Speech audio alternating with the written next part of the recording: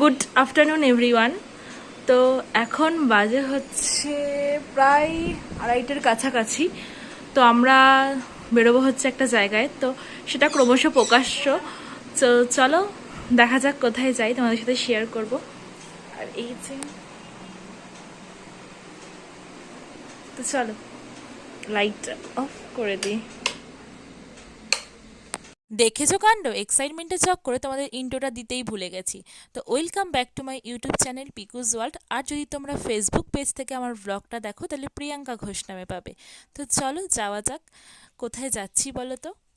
গানে গানে যদি আমার মনের কথা তোমার মনের কাছে পৌঁছে যায়, হতে পারে খোলা আকাশে আকাশে পাশাপাশি বসতে চায়।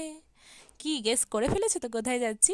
তো হ্যাঁ, আমরা যাচ্ছি হচ্ছে মুভি দেখতে, যে মুভিটা 14 আগস্ট রিলিজ হয়েছে, দেব শুভশ্রীর ধূমকেতু।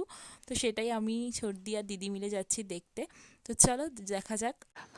তো তোমাদের সাথে গল্প করতে করতে ফাইনালি বাস তো চলে এসেছে। আমরা ধরেছি হাই রোড থেকে DN5, যেটা একদম নৈহাটি রামকৃষ্ণ সিনেমা হলের সামনে নামায়।